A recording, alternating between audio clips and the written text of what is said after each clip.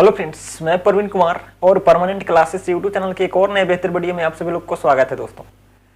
तो दोस्तों आज हम लोग जानेंगे कि बोर्ड एग्जाम में एग्जामिनर कौन से ऐसे 5 चीजें हैं जो देखकर देते हैं फुल मार्क्स।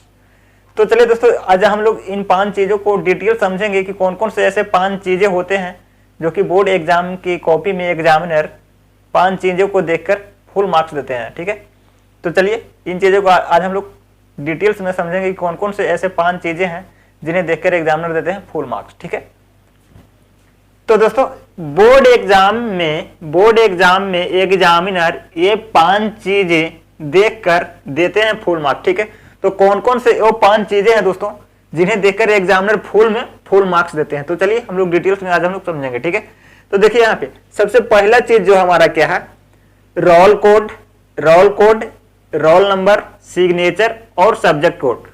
तो दोस्तों ये जो चीजें हैं ना बहुत ही ज्यादा मायने रखते हैं। ठीक है, अगर ये चीज एक भी मिस करने पे क्या होता है, रिजल्ट यानी कि कॉपी जो है चेक नहीं हो पाता, वो पेंडिंग में चला जाता है और रिजल्ट जो है छात्रों को नहीं हो पाता है। ठीक है, तो ये रोल कोड, रोल नंबर और सिग्नेचर और सब्जेक्ट कोड, तो ये 4 चीजें बहुत ही ज्यादा मायने रखता है दोस्तों।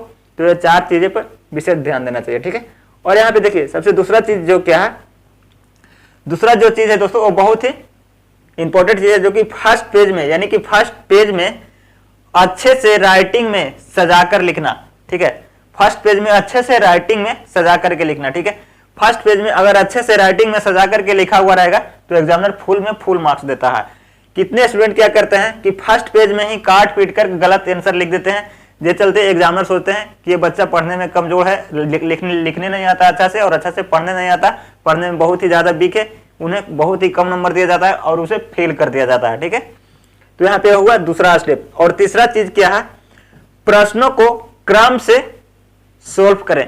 तो दोस्तों प्रश्नों को क्रम से सोल्व करना चाहिए एग्जाम में। कितने स्टूडेंट क्या करते हैं ना कि मतलब क्रम से नहीं करते हैं, वो मतलब ऊपर नीचे कर करके लिख देते हैं। मान लिया जाए कि यहाँ पे देखिए समझिए, यहाँ पे फर्स्ट का मतलब सीरियल वाइज यानी कि सीरियल वाइज से हमें सोल्व करना चाहिए। ठीक है, तो सीरियल वाइज मतलब पहला किए तो दूसरा किए, तीसरा किए, चौथा, पांचवा, ये हो गया सीरियल वाइज। ठीक है, मान लिया जाए कि रेगुलरली हमको मतलब पहला के बनाए, मान लिया कि यहाँ पे देखिए पहला को हम क्वेश्चन कर लिए, ठीक है, और दूसरा को भी कर लिए, ठीक है, और तीसरा के नहीं आ रहा। ठीक है, तीसरा के नहीं आ रहा तो वहां पे हम क्या करेंगे, चौथा के लिख सकते हैं। ठीक है, चौथा के लिख सकते हैं। और मान लिया जाए कि वहां पे चौथा के लिख दिए, अब हम पांचवा के भी लिख सकते हैं।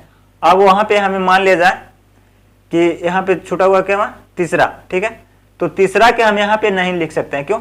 क्योंकि वो सीरियल वाइज नहीं हुआ।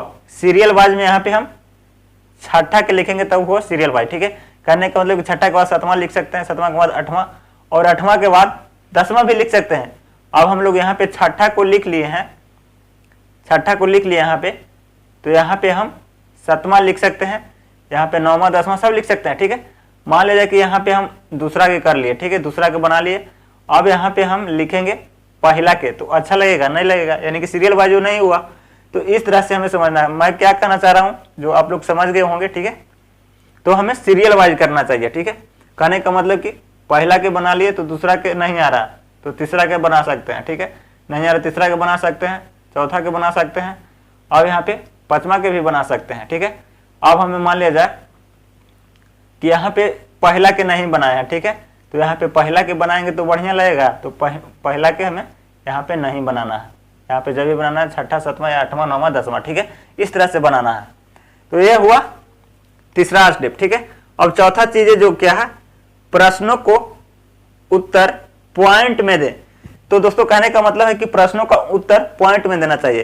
तो प्रश्न संख्या, जैसे कि मान के चलिए यहाँ पे हम एक तो उदाहरण ले चुके हैं, प्रश्न संख्या यहाँ पे मान लीजिए कि 5वां को हमें बनाना है। ठीक है, 5वां प्रश्न को सोल्व करना है, तो यहाँ पे सबसे हेडिंग में डालना है क्या, प्रश्न संख्या 5वां, और यहाँ पे क का उत्तर देना, तो यहाँ पे क भी लिख देंगे और यहाँ पे 5 मतलब ब्रैकेट करके और यहाँ पे हेडिंग कर देंगे और यहाँ पे उत्तर लिखेंगे। ठीक है, मतलब टॉपर जो बच्चे बनते हैं ना इसी तरह से लिखते हैं। ठीक है, उन्हें फुल मार्क्स दिया जाता है और यहाँ से उत्तर लिख करके यहाँ से आंसर लिखना स्टार्ट करना चाहिए। तो ये हुआ पॉइंट। ठीक है, तो ये हुआ चौथा पॉइंट। और 5वां जो है, सभी क्वेश्चन अटेम्प्ट करें। तो दोस्तों कितने छात्र जो होते हैं ना वो बहुत कम क्वेश्चन अटेम्प्ट कर पाते हैं, सभी क्वेश्चन को अटेम्प्ट कर ही नहीं पाते हैं, इसीलिए बच्चे फेल हो जाते हैं, तो बहुत ही कम नंबर ला पाते हैं। तो दोस्तों ये था 5वां पॉइंट, यानी कि सभी क्वेश्चन को अटेम्प्ट करना चाहिए, यानी कि कहने का मतलब एक भी क्वेश्चन एग्जाम में से छोड़ करके नहीं आना चाहिए। तो ये 5 पॉइंट था दोस्तों। तो अगर ये 5 पॉइंट को देख करके एग्जामिनर देते हैं फुल मार्क्स, तो ये 5 पॉइंट को अगर एग्जाम में अच्छे से आप लोग कर करके आते हो तो फुल में फुल मार्क्स मिलेगा। ठीक है दोस्तों। तो दोस्तों मैं उम्मीद करता हूं कि ये वीडियो आप लोग को काफी पसंद आया होगा, और यदि मेरा वीडियो अच्छा लगे तो लाइक, कमेंट और शेयर करना ना भूलें। थैंक यू दोस्तों।